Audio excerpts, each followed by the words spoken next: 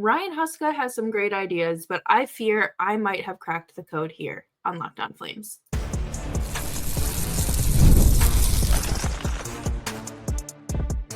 You're Locked On Flames, your daily podcast on the Calgary Flames. Part of the Locked On Podcast Network, your team every day. Hello, everybody, and welcome to today's episode of Locked On Flames. As always, I am your host, Jess Belmosto, and thank you so much for joining me. Today's episode is brought to you by FanDuel. You can start the season with a big return on FanDuel. New customers can place a $5 bet, and you'll get started with $150 in bonus bets if your first $5 bet wins. Visit FanDuel.com to get started. Today, I thought it would be an excellent opportunity for us to chat about some potential line combinations because we have a lot of games under our belt, just about half the season, which means we have just about half the season remaining. And while the possibilities are endless, I want to see something and some changes as soon as possible. Make sure you are subscribed to Locked On Flames wherever you get your podcasts, as well as YouTube. We're here for you Monday through Friday, 5 days a week. Your Calgary Flames every day. Everyone loves being a Monday morning quarterback, right? Everyone loves to sit there. I love sitting there during the game or even 5 minutes after the game saying, why were they paired together? Why was this line on the ice and matched up against this one? Or why would you target this free agent when that one does the same thing at the same level but is going to be less expensive? Like, everyone does this, or trade analysis, anything like that. We love thinking we're right. And honestly, there are some people within the hockey community, like the internet sphere, that I think could run a hockey team better than some general managers. Not all of them, obviously, but I think that there are so many brilliant minds out there that just don't get to reap the benefits of their intelligence because nepotism doesn't work in their favor. And not everyone can go to Harvard or play professional hockey or do both. Sorry, we're not all Matt Coronato. But in all seriousness, some fans, like I said, are just smarter than general managers. It looks so easy. But if it was that easy, we would not consistently see turnover in coaching and general manager positions. However, I do think if you just look at this and have watched enough Flames hockey, not just this season, but even, the last season and a half of Flames hockey has given, I think, all of us that follow this team very closely and look at it in terms of building blocks and getting to where, obviously, the goal, winning the Stanley Cup, you look at it a little bit differently than you would if, you're just watching the game because you love hockey. There's different aspects to it. And I think that's what's so great about hockey coverage. Everyone does something different and you can take away different things from it. And I think that's awesome. And that is why I love supporting independent creators. But that is a very different story. I feel like sometimes the common sense is just not there. It feels like, and I'm not saying this is within the Flames organization, but it feels like sometimes the obvious answer is literally staring you right in the face. And it is just not like you're not seeing it. And that's so frustrating. And as fans, like when a few seasons ago, right, when they were trying to integrate Pelletier into the lineup specifically, I'll use him as the example.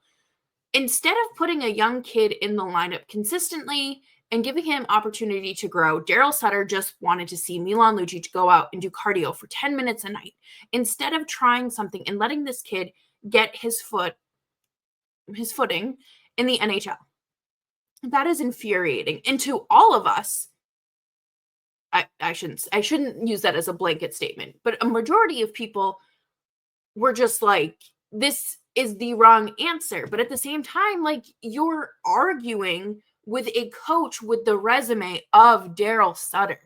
So you have to pick and choose your battles. And that is something that literally we watched happen with Brad Treliving. He couldn't fire Sutter. Ownership said, no, not happening. And then it ended up happening anyways after Brad Treliving left. So there are so many circumstances that play into the success of a general manager and a coach and a team. And it is obviously the ones that pay the bills, the owners. And today we are going to pretend like that does not exist, because I feel like that is just extra nonsense that we don't need, because I want to examine the current lineup that will be hitting the ice in about an hour and a half against the Predators, in which was pretty much the same lineup against the Stars as well. And then what I would like to do and what changes I would make, because it just give me one day with a chalkboard or a whiteboard in an expo marker, I can change this team. Maybe not. We can play some hangman instead of learning how to kill penalties, because I can't fix that. That's Chris Tanev needs to come home or something. We need it is going to be a little bit before I have any confidence in the Flames penalty kill. And I'm just here to create lines, some chemistry, some ideas, some brainstorming. This is like when you're starting an outline of a college essay and you just have like words written all over your page. An idea, you have ideas. You have a concept. You do not have a plan. And that is kind of what is here. But also, I do have a plan. And we're going to talk about that next on Locked On Flames. And we will be right back after this.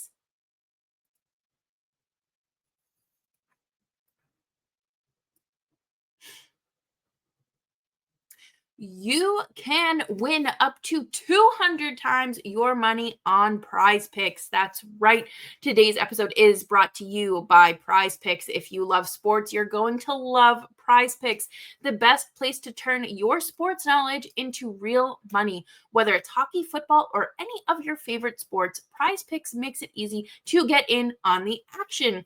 Here's why you need to get started today. Like I mentioned before, you can win up to 200 times your money on Prize Picks. Get $50 instantly when you play your first $5 lineup. No need to win. The $50 is guaranteed. Prize Picks also offers fun weekly promotions like Taco Tuesday, where select player projections are discounted up to 25% off. This week, Prize Picks, I'm eyeing the hockey board, and it's looking like Jack Hughes for more than 4 shots on goal and Artemi Panarin for more than 1 assist. It is so simple to make my picks and have fun with my friends while potentially cashing out.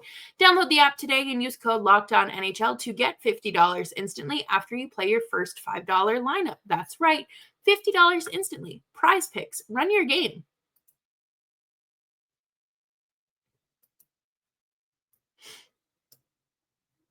Thanks everyone for hanging out with me today on YouTube. Make sure you are subscribed or Locked On Flames. Make sure you're subscribed wherever you get your podcasts, as well as YouTube. We're here for you Monday through Friday, 5 days a week. Your Calgary Flames every day. I'm getting ahead of myself here. If you are watching on YouTube, thank you. This episode will make more sense, I feel like, if you're watching on YouTube, if you're a visual person. So if you are, hey, switch over from audio to YouTube. And I'm going to throw up the lines from Saturday. Was that Saturday? No, that was not Saturday. That was very much, what day was that? Sunday. Okay. All righty. So now we have the lines from the past 2 games on the screen. Obviously, your top line is Huberdeau, Kadri, and Pospisil, followed by Sharangovich, Backlund, and Coronato. Third line consists of Blake Coleman, Zary, and Kuzmenko, rounded off with Pelletier, Rooney, and Dewar as your fourth line. I think that these are okay. We know that the Flames do not have high-end elite scoring talent, so you have to make do with what you have. And Ryan Huska has gotten creative this season. He has tried different options, whether that is Pospisil at center or Zary at center or the wing or, Sharangovich playing in different positions. And hey, even scratching Kuzmenko to let a young player like Walker Dewar and Jakob Pelletier slot in. I personally want to see some changes here, and we're going to talk about that in a second. But let's talk about the defense. Your top pairing is Rasmus Andersson with Kevin Ball, Mackenzie Weegar on the left, and Miramanov on his right with Jake Bean and Braden Pahal as your third pairing, and Dan Vladar starting tonight with Dustin Wolf backing up. I have problems with the Flames defense. I do not think that it is necessarily fair to use plus minus. I just don't think plus minus is a good stat, simply because it's 2024, almost 2025, and there has to be a better way to evaluate specifically defensemen, because it feels very unfair, and most of the time I feel like the eye test gives you a better representation and portrayal of what you're actually seeing, because a player might be I don't know, a -5, not in one game, but let's say over the last few games, but maybe it's not for the lack of trying. Maybe it's because of other circumstances, playing better teams, or like I feel like there has to be a better formula. I don't know what that is, but I'm sure someone out there is working on perfecting it. And now I want to pull up my lines. So if you're watching on YouTube, you just saw the screen change. And I feel like that top line stays unchanged. And this middle six could be interchangeable depending on the night and how you want to shift these players. So your second line is Sharon Govich, Backlund, and Coleman. Backlund and Coleman together are good. They both play great two-way games. And Sharon Govich, who is a little bit more of a defensive liability, can benefit from playing with them. I think that that's fine.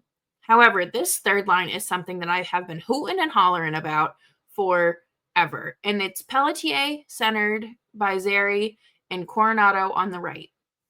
To me, this feels like a no-brainer. Why would you not put the three young guys who have chemistry, speed, and skill together? To me, it feels stupid not to have them together. And again, I do not know the dynamics of everything that happens in the locker room, but to me, if I am looking at this current roster, why would you not want these three together? Putting them together, I'm not saying they have to be your first line, because they don't. Quite frankly, I don't think that they're ready to even be a full-time second line. They haven't played together and have limited NHL experience as a whole. But Connor Zary is an excellent center, and it has been made clear that that's where the Flames will want to use him and will likely keep him and use him the most. But it's great that he has the option to play the wing as well. Jakob Pelletier is fast. He has great defensive skills as well. He can shoot. He can assist. He can make the plays, and he does it well. Matt Coronato has come into his own. He is such a better skater this year, you guys. It is not even close to funny. I am bewildered that this is something that the Flames have not tried. It's honestly mind-blowing. I truly thought that this is something we would see. And granted, it has only been 2 games, but I want to see it. Even if it's just a few shifts for a game, figure something out and get these three playing together. Why do you not want, and I understand wanting to break up the lineup in terms of having your speed, skill, defensive abilities all throughout your lineup, but this feels like a perfect opportunity to have a consistently productive line. I'm being completely honest. I don't know how much more honest one could possibly get. That all came from the heart. In your fourth line, Kuzmenko, Rooney, and Dewar. This is temporary. To me, this is temporary. I do not think Andrei Kuzmenko is a fourth liner.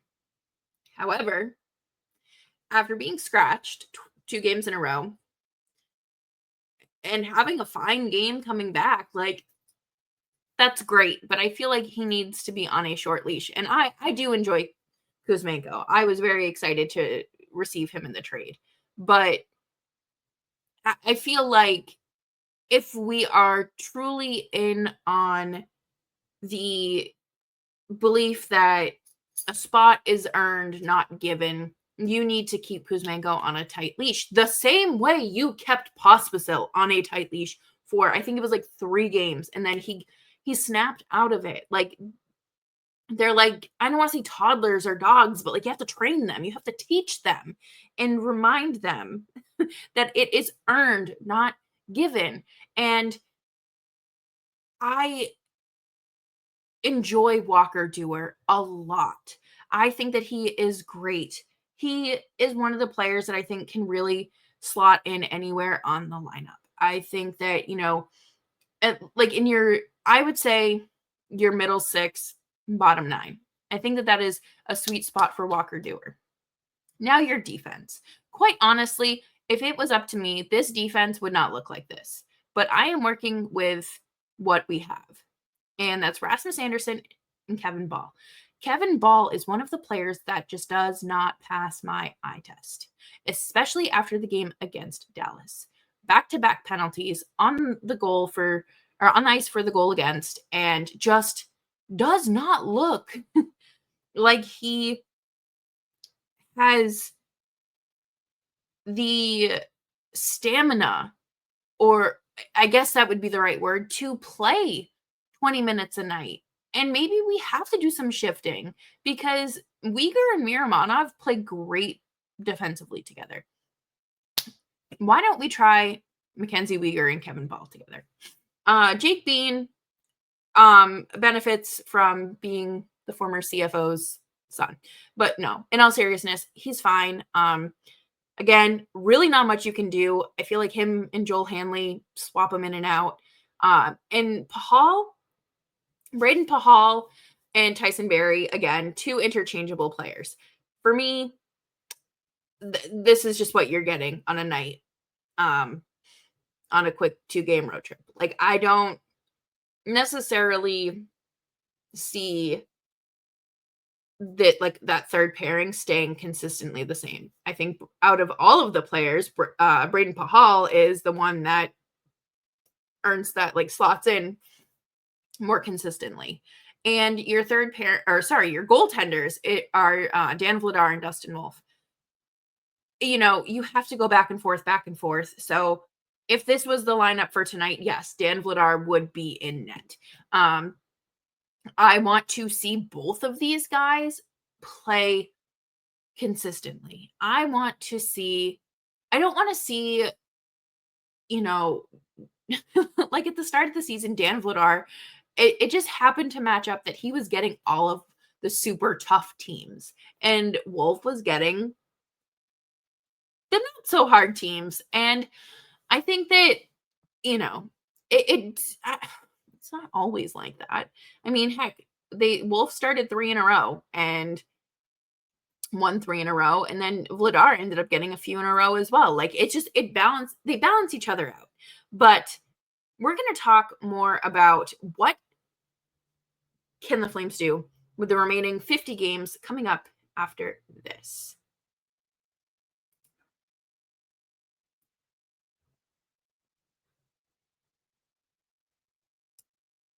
All right, sports fans, you already know that you can get ready to tackle the NFL action with FanDuel, America's #1 sportsbook. Because right now, new customers can bet $5 and get $150 in bonus bets if you win. Because right now, new customers can bet $5 and get $150 in bonus bets if you win. The FanDuel Sportsbook app gives you everything you need to place live bets on the NFL all in one place. So when you get a hunch in the middle of the game, you can check out the latest stats, view live play-by-play, and so much more on the same page where you place your bets. Just visit FanDuel.com to join today. You'll get started with $150 in bonus bets if you win your first $5 bet. That's FanDuel.com. Never waste a hunch and make every moment more with FanDuel, an official sportsbook partner of the NFL.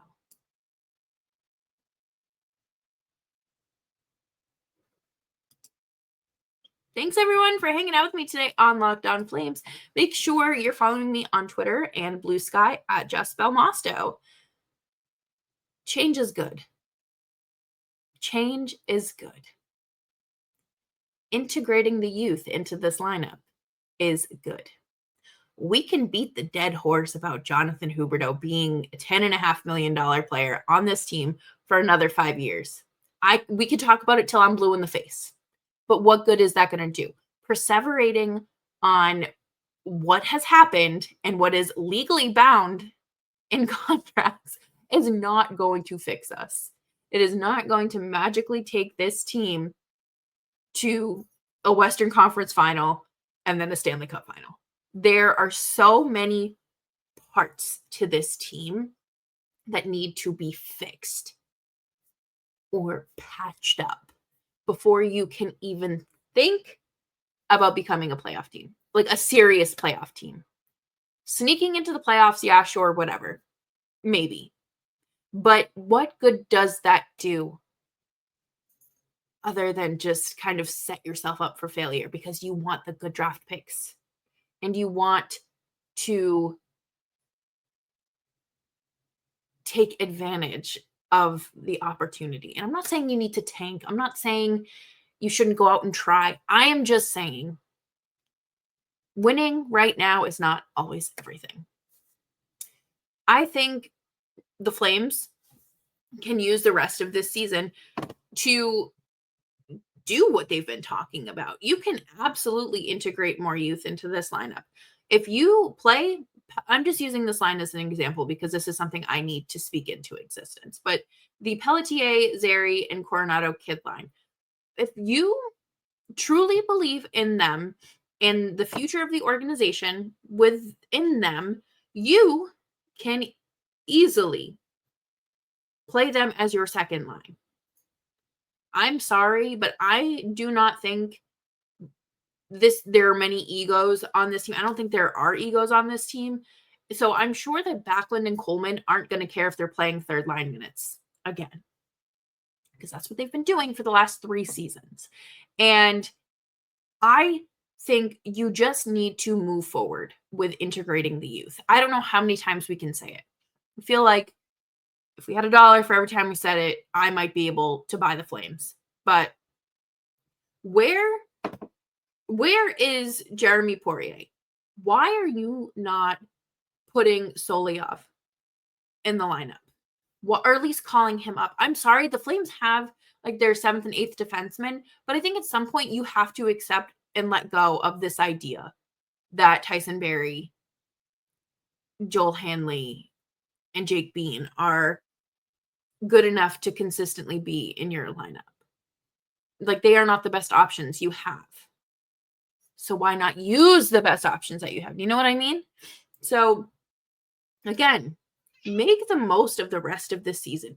Try any line combinations you can, any penalty, any special teams combo. Why not? At this point, the Flames you don't have to worry about anything. You're not obviously fully out of a playoff picture. You're, I think, like 2 points out. Ooh, so scary with 50 games left. Oh no, what are we going to do? Just focus on your weaknesses and strengthen them. Get better on the penalty kill. I don't know what you have to do. I do not know what you have to do to get better on the penalty kill. Other than try something new. Whether that be a different setup, whether that be different combinations of the units. I mean, anything is truly possible here. And where is Rory Kearns? He has been lighting up the AHL from the moment the season started. No disrespect to Walker Duehr or Jakob Pelletier, but I fully expected him to be called up before either of them. Why? Because he is someone that has paid their dues and has taken their AHL experience and really blossomed into a strong professional hockey player. Let the kid make his NHL debut. Let more of these kids come in. I'm sorry, but what's at stake? I would love to see this team win. But right now, it's not about winning. It is about getting everything together and piecing together what you have and filling in the gaps and knowing where you need to look and what you need to be looking for. And there's a lot of good players in the Wranglers system, and you don't necessarily have to go out and sign more Trevor Lewis's or more Milan Lucic's or more Tyson Berry's or those depth players. You have the opportunity to use your prospects for what they're intended for. So let's do it. I think it's fairly simple to say that. Executing it, probably a little bit harder, but it's worth trying and experimenting. It is very much worth it because you will have a better picture, a clearer vision of what this team actually needs. And that'll do it for me here on today's episode of Locked On Flames. Thank you all so much for tuning in. I hope you had a fantastic day today and are getting ready to watch the Flames. Make sure you are subscribed wherever you get your podcasts, as well as YouTube. We're here for you Monday through Friday, 5 days a week. Your Calgary Flames every day. And I will be back tomorrow with some thoughts about the game against Nashville.